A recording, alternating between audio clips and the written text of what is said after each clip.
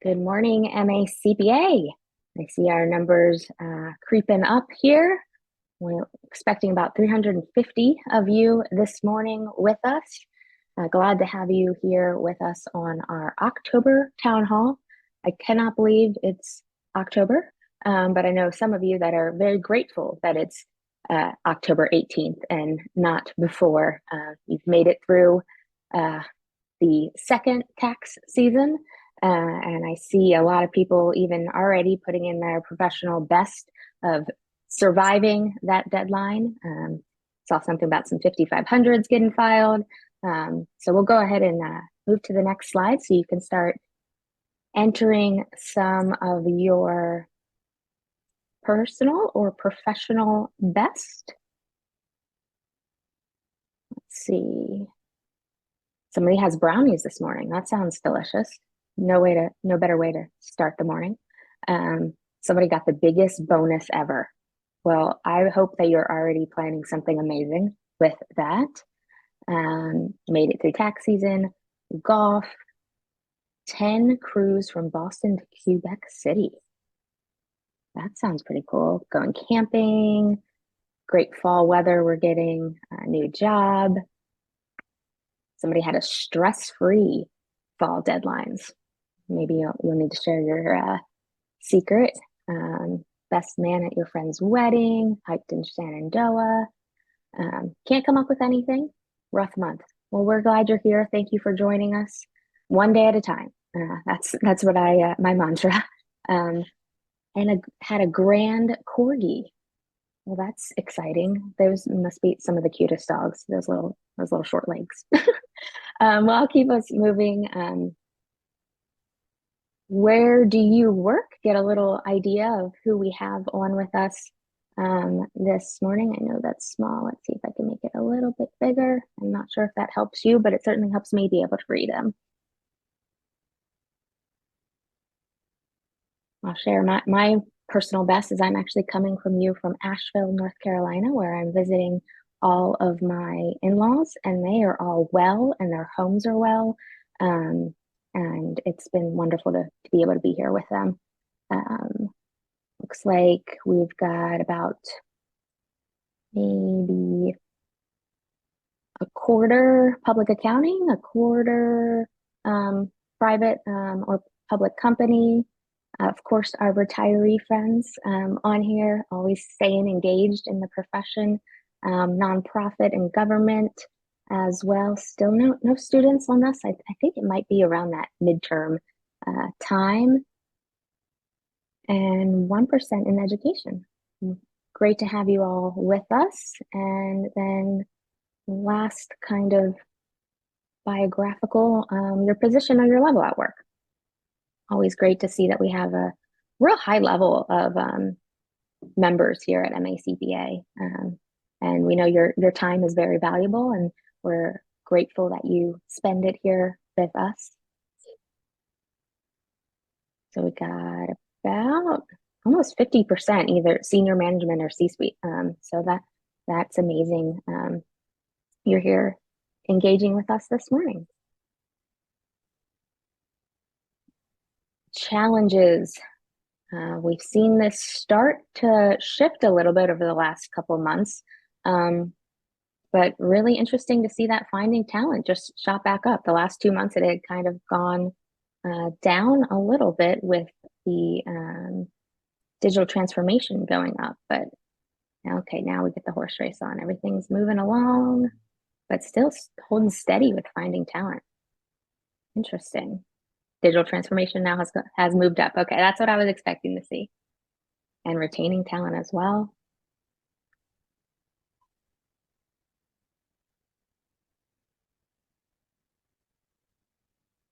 The Gen AI out there. We are just wrapping up our first pilot cohort with the Gen AI course, and I'm really excited about some of the results we're seeing there, and excited to bring that next step, next phase to the rest of our membership.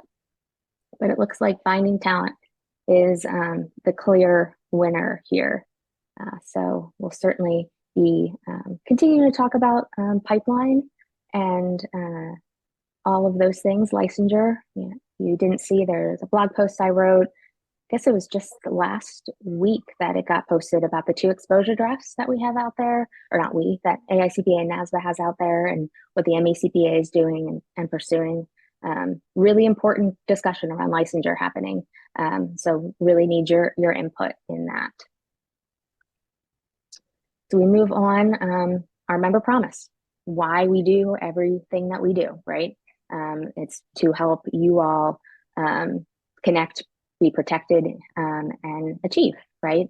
We do that through community, through resources, professional development, and of course, advocacy. Coming up on an interesting time in advocacy, of course, in our profession and in our world with the election coming up. Our board of directors guides us in each thing. We are so grateful for each one of these folks that really shapes the strategy and the position and what we're doing here at MACPA to really help you all thrive. And really grateful for our preferred providers, those that partner with us to bring you all some of those resources and some of that professional development, like today's. And so I'm going to invite Robert Albertini from Aon, who's here to sponsor this morning's town hall. Robert, welcome. Welcome. Thank you. Good morning, everybody. Thank you, MACPA members. Great to see you all. I'm Robert Albertini, as Rebecca said, with Aon, the AICPA member insurance programs, and I'm here to give you just a little bit of a background about what we do here at the AICPA programs. More of a mini commercial that kind of coincides with the town hall discussion today, because it's all about learning, right, and making ourselves current for yourselves through the MACPA Society, and learning about the new trends and some of the member updates that you have in the accounting profession, which is great. So, and with trends, obviously, trends is, comes change, and life is full of changes, and that's what we're here for. We deal with a lot of that at the AICPA insurance program, and every day we assist our MACPA members and AICPA members as well for the moments that matter the most. As you can see, that little screen that we have there has my information on there as well, that little barcode, and you can click on me and send me an email if you have any questions. But I'd like to always share our website, which is cpai.com. And you can go on there and find a lot of information about what we do, because all our coverages are specialized and designed by CPAs for CPAs. So we have plans designed for families and for your firm, whether it's life insurance, disability, group life insurance products, or maybe it's a coverage need for your firm. So like professional liability or cyber, or any of the other business policies that are available. But on our website, we also have about 250,000 plus CPAs signed up to receive our CPA risk report, which is great. And then we have also like engagement letters on our website, tips about life insurance, a boatload of resources, our policy resource center, just a lot of information. Also, if someone's doing, this new CTA, the Corporate Transparency Act, a lot of discussion about that. I know every client who, or every other client who calls me, they have a BOI question or so. We also have an engagement letter set up for that. So we're also covering your needs for that. So I like to call it the one-stop insurance hub, So we deal with A-rated insurance carriers as well. And kind of give you great competitive rates along with all those CPA products. So looking forward and helping you guys building more of an insight on this, and helping with your reputation, because that's what it's mattered, and having that education and resources at your fingertips through our website. So if you get a couple minutes today after the town hall's over, grab another fresh cup of coffee, visit the website at cpai.com, or just give me a call. My number's below, and we can help you navigate through there. So, Rebecca, thank you for your time today. Everybody enjoy the weekend. Yes, it's a little bit of frosty morning, right? So, and hopefully it's going to be a nice weekend. So, thank you guys. Thank you so much, Robert, and partnering with us, Aon and the CPA member insurance program. Very critical and long-term partners of us. Great resources that they provide. Thank you. This morning, I am delighted to invite Lauren Vahey up. I had the pleasure of meeting her in person, I think, for the first time several weeks ago. A proud Maryland. So we have an Annapolis native at AICPA, Director of Congressional and Political Affairs, University of Maryland, MBA, I believe, as well. She's served the profession for over 5 years at AICPA now. Prior to that, over 9 years as a congressional staffer. And with that, I know you want to know more about what she has to say about what does it look like tax-wise based on different things that might happen in a few weeks. So I'm going to stop sharing and invite Lauren here to share with you. Rebecca, thank you so much. Bear with me, folks, as I share my presentation and get it into slide mode. All right, great. So Rebecca already shared the first fun fact about me, which is I do live in Annapolis. I've been here since 2018. If you see me out and about, please say hi. I love making new friends and I love to talk about profession issues. And the second fun fact about me, which I do think is important as we dive into topics that can occasionally feel politically sensitive, is I've actually worked for a Republican and a Democrat. I worked for a Republican in the House for 3.5 years. And I worked for Senator Angus King, who is an independent who caucuses with the Democrats on the Senate side or in the Senate chamber. So I've literally seen this from both parties. I've served members of both parties. And there are not a lot of folks who can say that these days. So I am super excited to talk to everybody today about what could potentially be coming in the world of federal tax policy. I hope that at the end of this presentation, everyone understands that what happens next year in the world of federal tax it hinges on what happens in November. That cannot be understated. And I do want folks to understand, particularly because there are a lot of tax shops and tax lobbyists and tax experts around the nation saying there's going to be a big tax deal no matter what, because next year, because we have to address the expiring provisions from TCJA. I want everyone to understand that's not necessarily the case. We could end up with no deal at all. And that obviously has implications for the profession. So before we dive into 2025, I want to talk about what could be happening in the world of tax in the lame duck session of Congress. I think, as everyone knows, lame duck is post-election, but before the next session of Congress begins. So that's kind of that November, December, early January timeframe. And the answer is not a whole lot. So I think everyone in our profession was keeping a really close eye on that bipartisan tax deal from Senate Finance Committee Chairman Ron Wyden and and Chairman Jason Smith over on the House Ways and Means Committee. This was the deal. It was about $80 billion. And the trade-off was, okay, we're going to increase the size of the child tax credit through a few different mechanisms in exchange for undoing some business unfriendly provisions that came about as a result of the 2017 Tax Cuts and Jobs Act. When this bill passed the House back in early January of this year, with an overwhelming number of votes, huge bipartisan support, we all thought, okay, it's just a question of when, not if. This is certainly going to pass the Senate and be signed into law by the president by the end of the calendar year. We were wrong. The Senate Republicans came out pretty quickly against this bill. For some policy reasons, I think Senate Finance Committee Ranking Member Crapo really didn't like the way that the child tax credit was increased. There was a look back provision that he didn't care for. And then there are some political reasons, right? And that are valid. I think that the Senate Republicans thought, why pass a tax deal now in 2024 when we might have a trifecta, meaning they would have the White House, the Senate, and the House majority in 2025. Let's just wait and see how the election shakes out. So I do want to say, I don't see the Wyden-Smith tax deal coming up for a vote in the lame duck session. There are plenty of folks saying that it could. I'm going to go with no, it's not going to. But I did highlight a section of the Wyden-Smith bill that I think could be stripped out and passed on its own. And this was about providing some what I'm calling time-limited and limited in scope disaster relief provisions. There were some victims of wildfires out in the West. There was that terrible train derailment in East Palestine, Ohio. and where folks didn't get tax relief right away. So I do think, particularly given the recent disasters in Western North Carolina and in Florida, there could be a disaster supplemental package, just straight up money that passes in the lame duck session, and you could attach some of these kind of disaster tax relief provisions onto that package. So keep an eye out for that.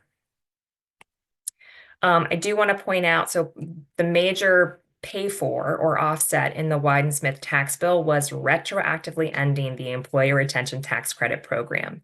I think we've all seen it. We've certainly heard about it. There is an extraordinary amount of fraud in that program. Luckily, almost all the CPAs that we've heard from were able to get their ERTC claims for their clients in a timely fashion years ago.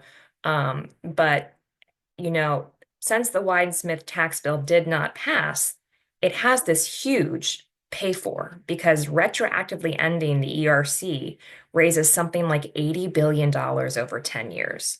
So there are a number of senators and House members who are going, wait a second, this program has so much fraud in it. And by, ending the program early, we raise a ton of money. Why wouldn't we just pass this provision on its own?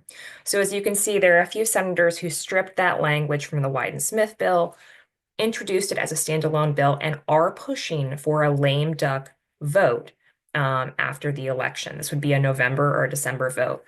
I'm here to say, I think this is going to get a lot of attention. I think there's going to be a very serious push from bipartisan members to pass this. I don't know that it's going to work, because according to my friends on the Senate Finance Committee and at the IRS, the amount of revenue that this provision raises, like I said, $80 billion over 10 years, doesn't really diminish that much as we walk into next year. So if you are folks sitting on the Senate Finance Committee and you think, how am I going to pay for this giant tax bill we might be putting together? You really don't want to lose an $80 billion revenue raiser. You'd like to hold on to that for 2025. So I'm saying keep an eye out, be aware of it. It could go, but I don't really see it happening. All right, and this is the good news. I've said things aren't happening, and here's where things are happening. I'm so excited about this discussion draft. It's very nerdy, but so Senate Finance Committee Chairman Ron Wyden and the ranking member Mike Crapo have been working on this really cool bill for the last, I think it's year now. And we've been in discussions since the beginning, because it's all about making life easier for tax practitioners and taxpayers. This is the bill I dream about at night. This is going to be somewhere between 50 and 70 provisions, so hundreds of pages long. And it is going to be bipartisan. That is the goal. It's also going to be fairly non-controversial. I put an example up there of a provision that's pretty catchy, and it's kind of an example of what you're going to see in this bill. Like, apparently American hostages who are held abroad have been assessed penalties for not paying their taxes on time. This discussion draft in this bill is going to fix that issue. We have AICPA priorities in the bill. And critically, the disaster tax filing relief, that's that issue where, a disaster happens, a presidential declaration of disaster is coming, but the IRS still takes anywhere from 2.5 days to a week to issue that federal tax relief. This is the language that would say the IRS can just issue that tax relief right away. They don't have to wait on that presidential disaster declaration. The discussion draft is going to be released sometime this year. And the reason they're doing a discussion draft and not an actual bill is they want feedback.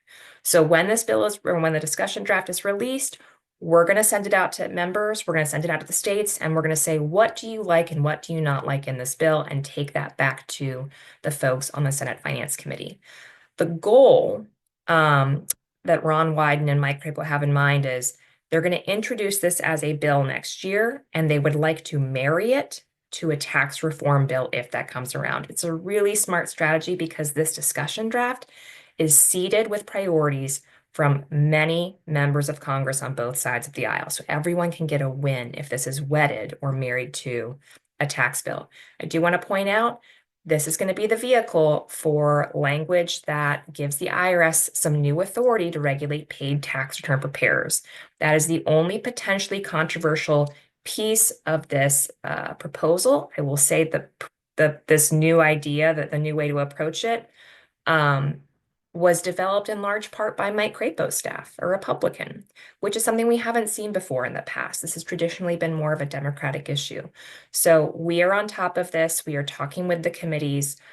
We are pulling together a coalition to support it. We did have a hand in modifying it. All I can tell you at this point is that the idea really starts and ends with giving authority to the IRS to revoke the PTINs of fraudulent or unscrupulous preparers. There are guardrails around that. There is a due process system built in so that you can get that PTIN back. But it's a really reasonable way of approaching kind of a long-standing issue. Now we get to the fun part. Let's talk about what happens in the world of tax next year, depending on different election outcomes.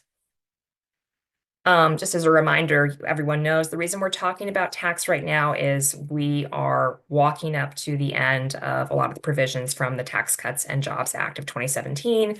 I'm not going to go into these. Everyone knows these, but obviously some of the business provisions have already begun to phase out. Businesses are feeling the pain. I know you as CPAs are hearing from clients about that. So we are walking into a very interesting 2025. I do want to talk about why this is going to be uniquely hard. I mean, tax reform is hard, period. Even when one party has the White House, the House and the Senate, they have the trifecta, they have control, and they can do what's known as a reconciliation or fast track bill, where you only need 51 votes in the Senate as opposed to 60 to push that tax bill through. Even then, it's hard. We are potentially walking into divided government. And if you jump down to the bottom of the slide, I cannot emphasize enough, it is almost impossible to get a tax bill through divided government. The last time we did that was in 2012 under Barack Obama. And that was an easier kind of tax bill to deal with because it was just an extension of rate cuts, right? The Bush era tax issues. But there's a lot of distrust among the key players on the Finance Committee and the Ways and Means Committee. There is some progressive regret about what happened in 2012 when Barack Obama did cut that deal. And we are walking into an environment where our federal deficit and debt is at an all-time high. And there are lawmakers on both sides of the aisle who are talking about that and wondering whether they ought to pay for some or all of a tax bill. And it's not going to be cheap to do a tax bill. I think I looked at some of my friends over at the Committee for a Responsible Federal Budget. They've kind of gamed out different scenarios. Here's what a Harris tax bill could look like. Here's what a Trump tax bill could look like. The centrist, or kind of the moderate approach for both, Harris's plan would cost about $3.5 trillion over 10 years. Trump's kind of middle of the road plan would cost about $7.5 trillion over 10 years. That's real money. And so I think it's going to be really hard for members to figure out whether to pay for this and then how to pay for it, because it's always hard to find that revenue. And I also want to point out, we are seeing a lot of ice cream and not a lot of broccoli, right, on the campaign trail when it comes to tax pledges. And that's from both presidential candidates. So it's going to be really hard to kind of marry those pledges with the reality of writing a tax bill that is workable for everyone. And lastly, it's a unique opportunity for our profession next year to be those experts who go in and talk to members of Congress and their staff about how these tax ideas would really work in real life. You know, I was a staffer not that too long ago on Capitol Hill. We're diving into international tax, partnership tax issues, really tricky areas of the tax code next year. And not a lot of folks on the Hill, particularly on the staff side, were around for 2017, the Tax Cuts and Jobs Act. So there's a lot of just basic education going on, like what is the standard deduction? And so there's a lot of education that still needs to happen. And there are going to be members who just kind of turn away and ignore some of the trickier issues in a 2025 bill.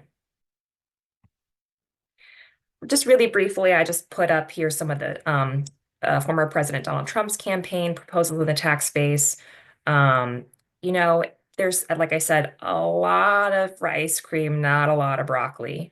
I think one of the most surprising things that we saw in the last month was he came out and said that he wanted to get rid of the SALT deduction cap, which was something that he actually, campaigned for or was really proud of as part of the 2017 bill. What I do like between both candidates' proposals is you can see there's some overlap.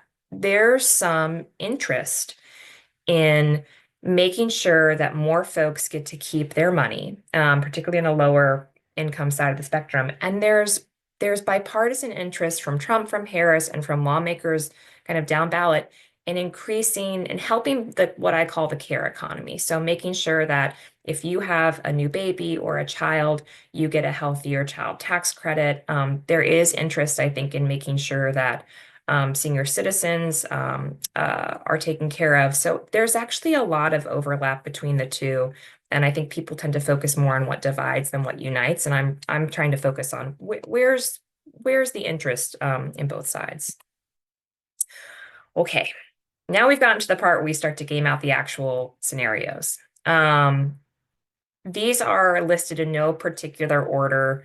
I could argue why I think certain outcomes are more likely than others, but we'll start with what happens if Kamala Harris wins the White House, the Republicans win the Senate, and the Democrats win the House. What does a tax bill, if any, look like next year? And I'm saying under this scenario, I see a deal happening. And the reason why is we have seen this movie before, right? Back in 2012, you had Barack Obama, John Boehner, Harry Reid, divided government, and they came to an agreement.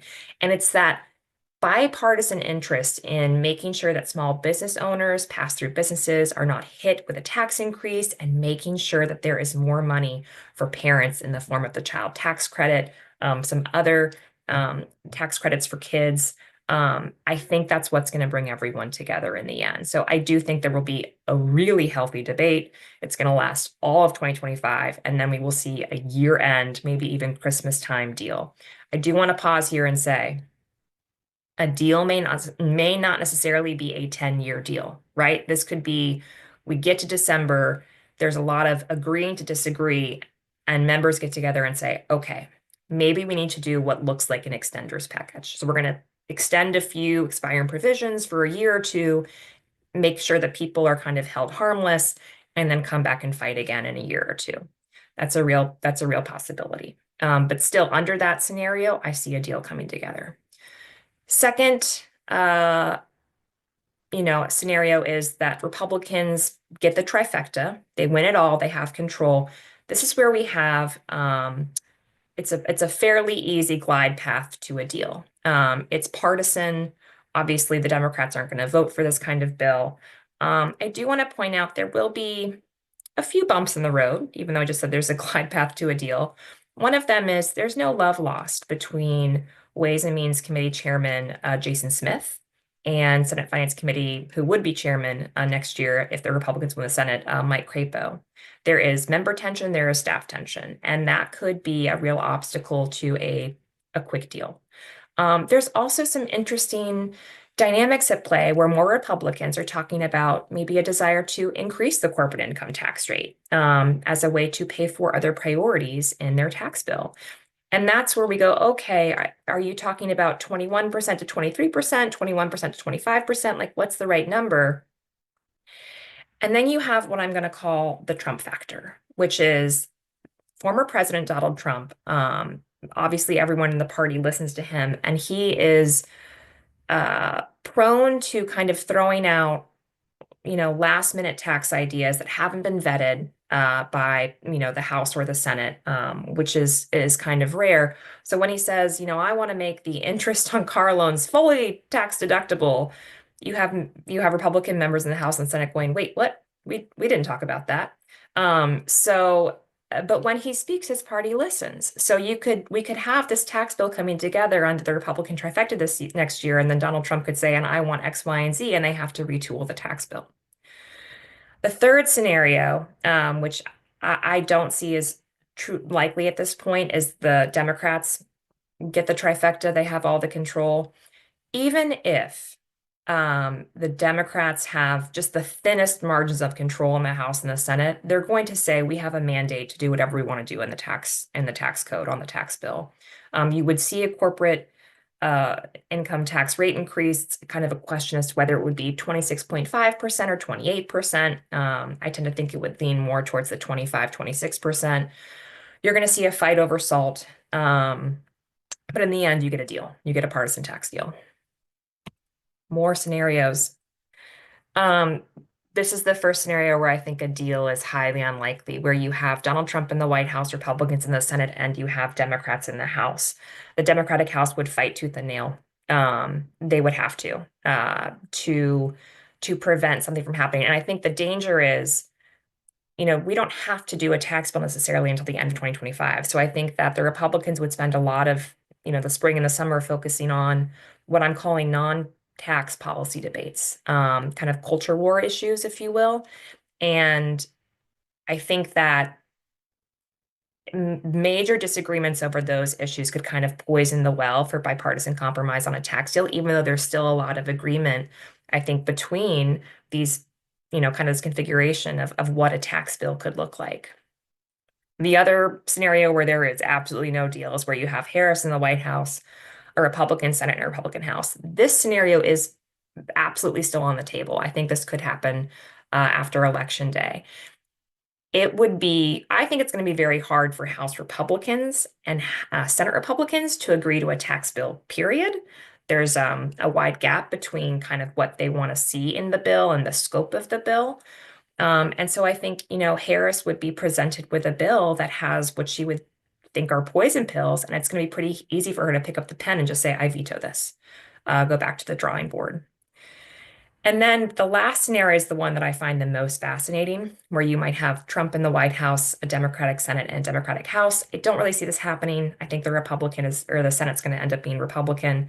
But I think it's fascinating because Donald Trump is a populist president. So you could see the Democrats coming together with, kind of a compromise bill, and he's a deal maker who loves populist policies, and he could be like, well, yeah, that sounds like a great idea. I think that's kind of wishful thinking. I think it's more likely that they send him a deal that he cannot accept, and he vetoes it, and we have no deal. I just put up here some of the kind of likely revenue raisers from Democrats and Republicans. These are always going to change. Things that are going to definitely be on the table for Democrats. They're going to want to put more money into the IRS, which we support, particularly if that money goes to IRS services, and there's not an imbalance between money for services and enforcement. The international tax reform space is super interesting because there's a lot of money there and not a lot of people understand this space. So it tends to be easy for lawmakers to play with this, raise revenue, and they don't have to explain it to their constituents because it doesn't impact most of them. I do put in there kind of an unlikely bucket. We're not going to do an FTT. We're not going to do the billionaire's income tax. We're not going to do partnership tax reform and divided government. It's just not happening.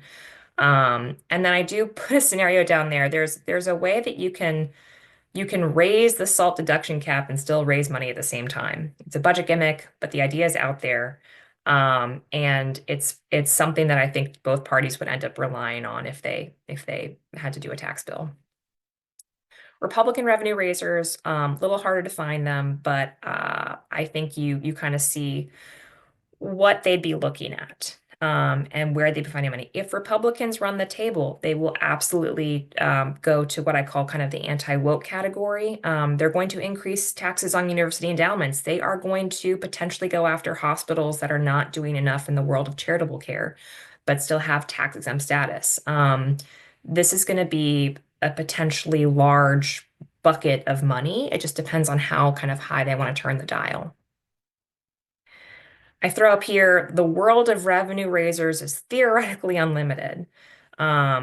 We could be looking at all sorts of different things. And obviously, some of these are more Democratic priorities and others are Republican, but I just want everyone to understand everything is potentially on the table. And we all have to be aware of that as we walk into next year.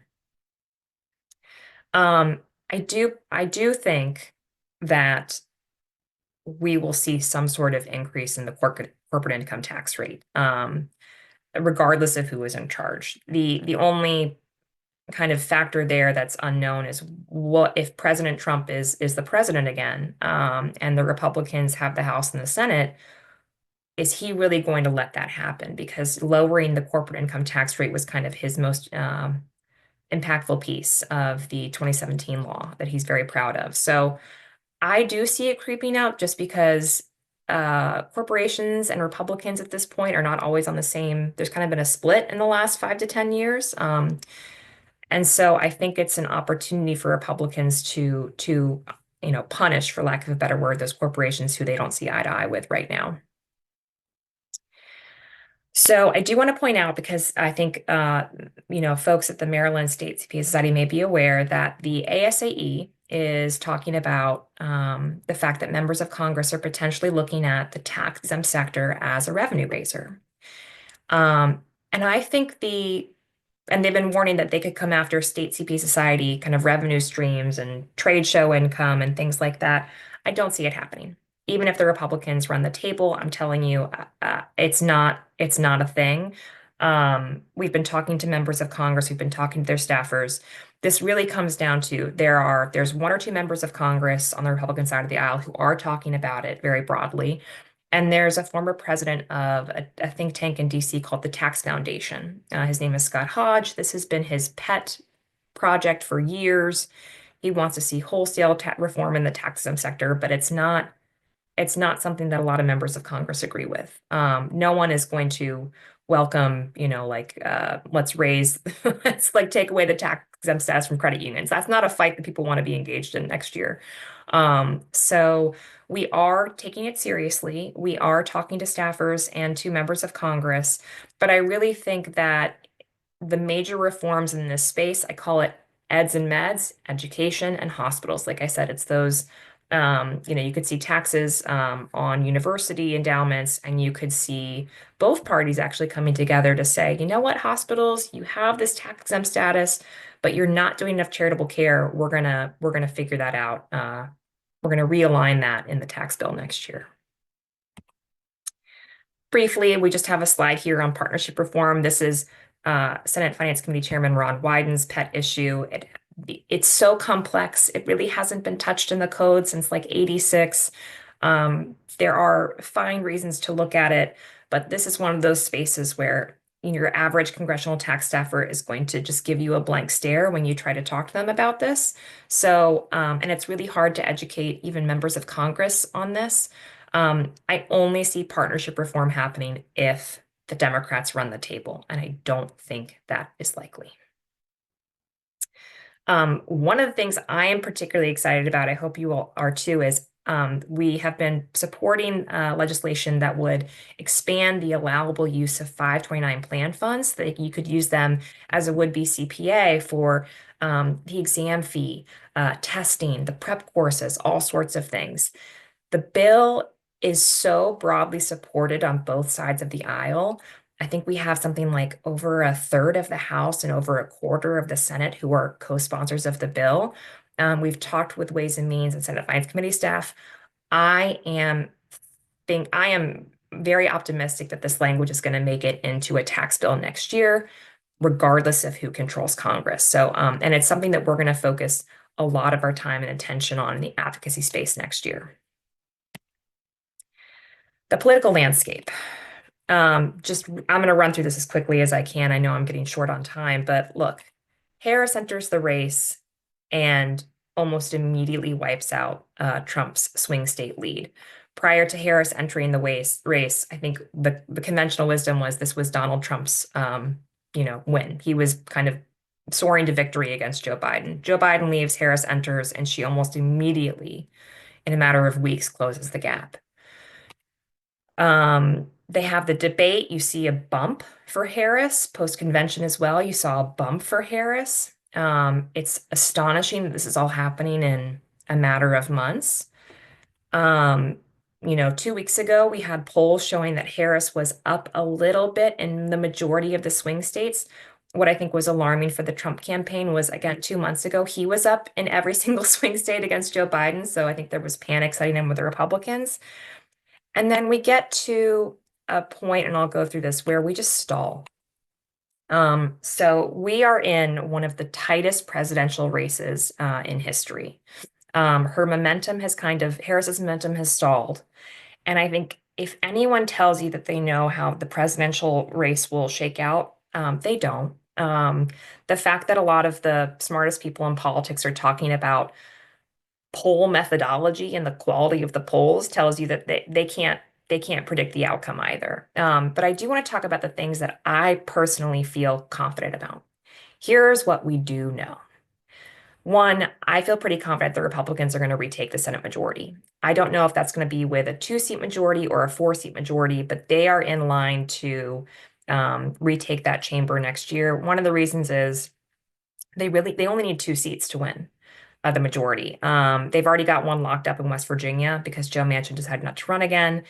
And out in Montana, Jon Tester, who's a very moderate Democrat, is just getting um, uh, outgunned by Tim Sheehy, who is a former Navy SEAL, really compelling resume. Friends of mine in Annapolis know him. He's apparently a stand-up guy, and he's running a very good race out in Montana.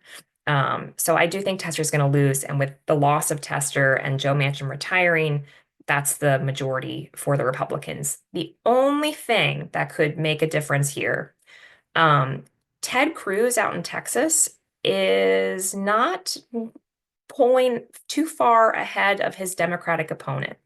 Republican Senator Lindsey Graham of South Carolina has a famous quip where he said, "You could shoot Ted Cruz on the floor of the Senate, and no one would basically blink." He's not a well-liked member even within his own party. There's a Democratic challenger, Colin Allred, out there who is doing a very good job of taking him on. I don't really see that Texas seat flipping for the Senate. I see it staying with Ted Cruz, but I want to tell you there's always a chance, and the polling out there is tight.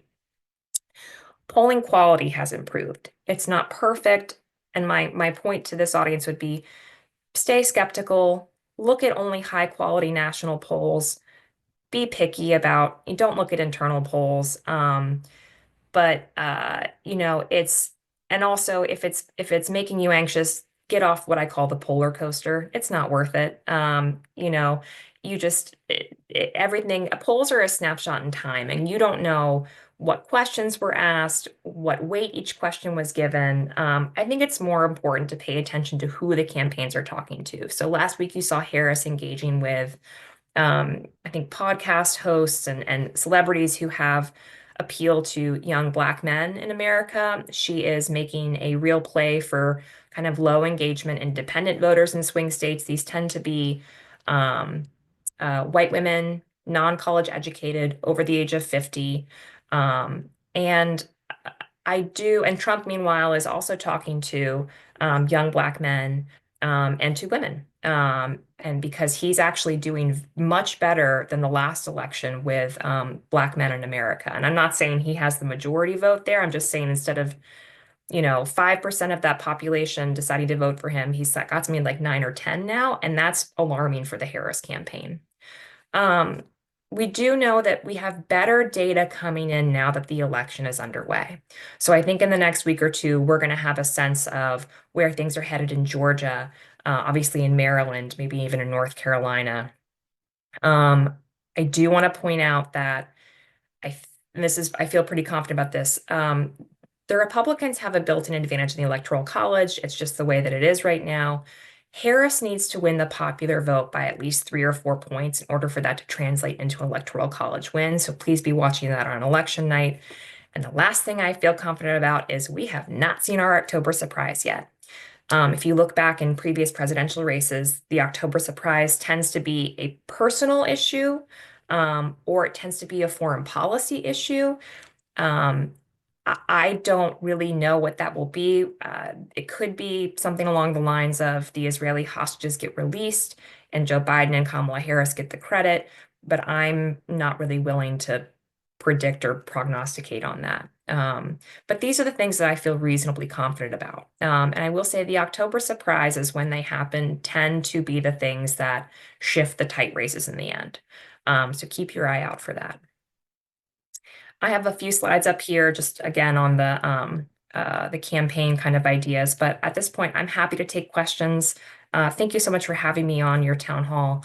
And I'm going to be retooling this presentation after the election to talk in more depth about what the outcome now means for a tax bill next year.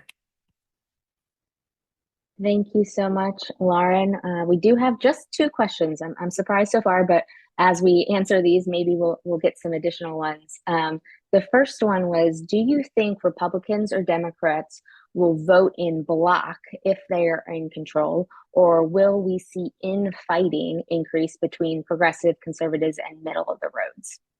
If the question is about will we see them vote in block next year on a tax bill, I think eventually, yes, we will. There's going to be constructive fighting within each party about what the tax bill should contain.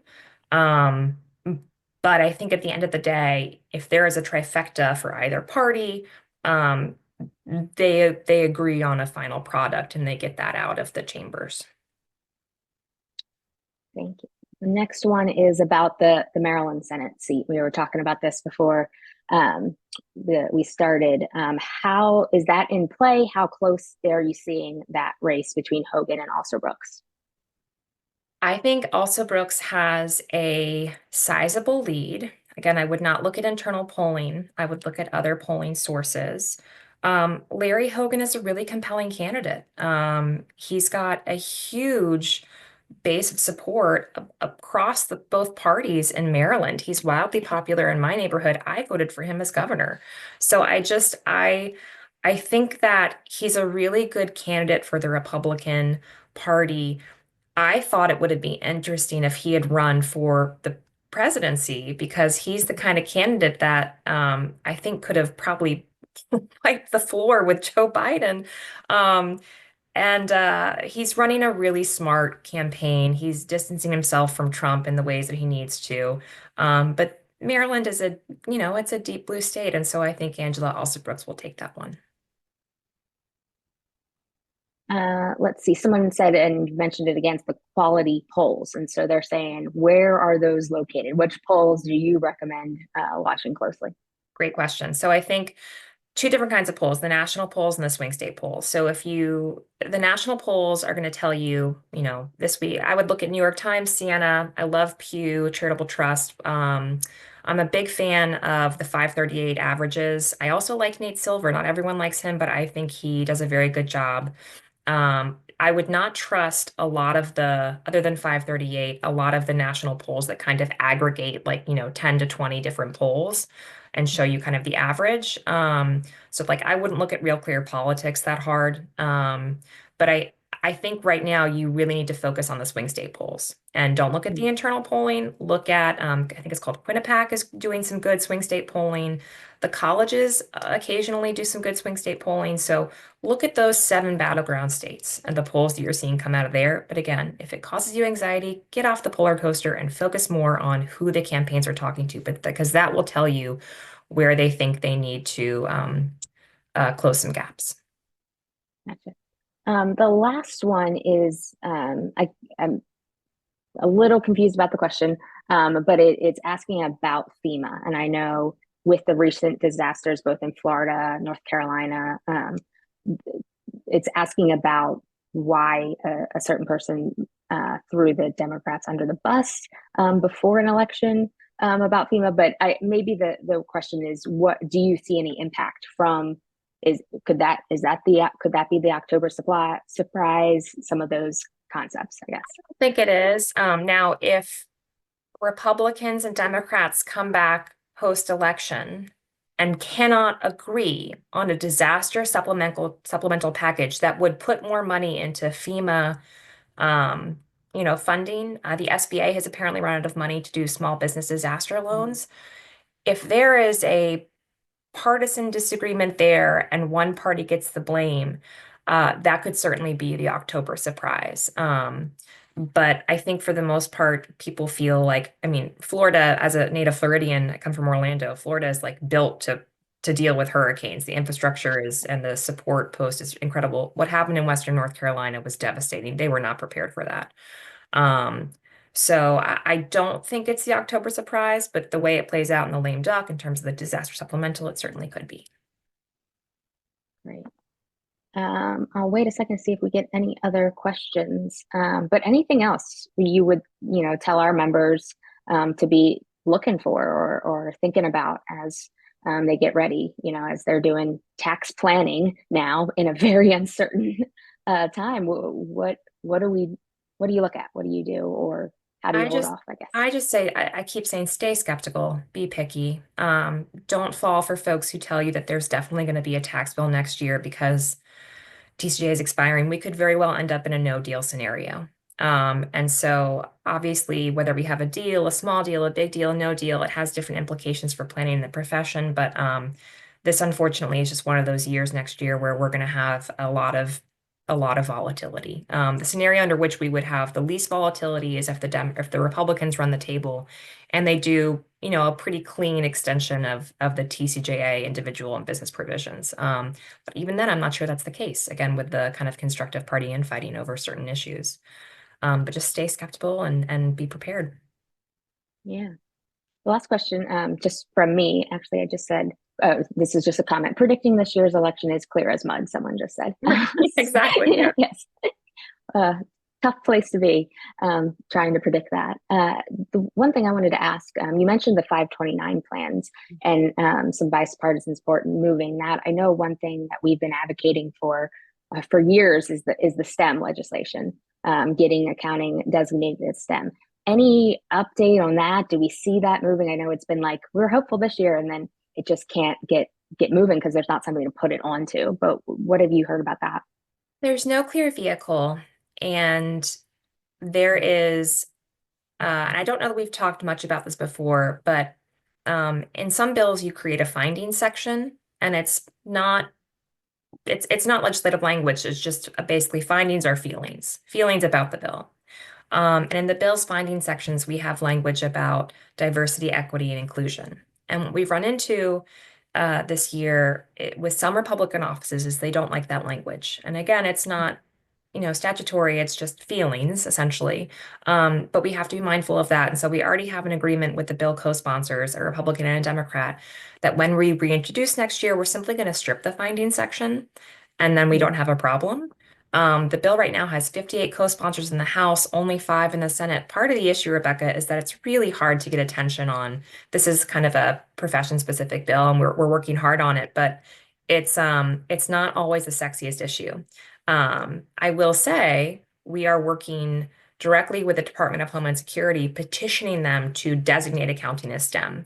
And that's where I think we really unlock a lot of things for the accounting profession. I learned 2 weeks ago that veteran students could basically get scholarship money, even if they've exhausted their GI Bill benefits, for like a master's in accounting program, if the Department of Homeland Security would designate accounting as STEM. So there's some real tangible benefits to doing that. We are working hard on both fronts. We should have the answer from DHS. I think it doesn't come until summertime of 2025.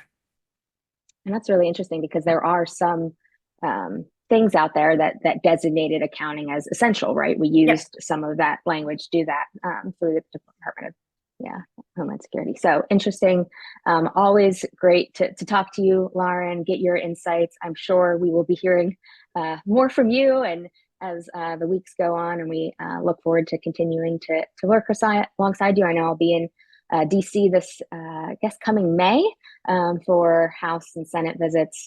Looking forward to that. Thank you so much. With that, MACPA members, great to see you, or I guess sort of see you all. And we look forward to next month's town hall.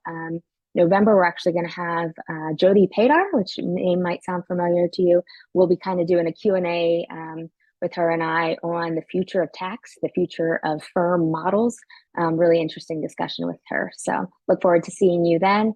Save the date, November 20th, our CPA swearing in ceremony. Really, really important event to celebrate and showcase our profession. And also a CPA Day in Annapolis. It's coming up. It's crazy, that 2025 session. We will be there on January 16th. Thank you all so much, and we'll see you next time.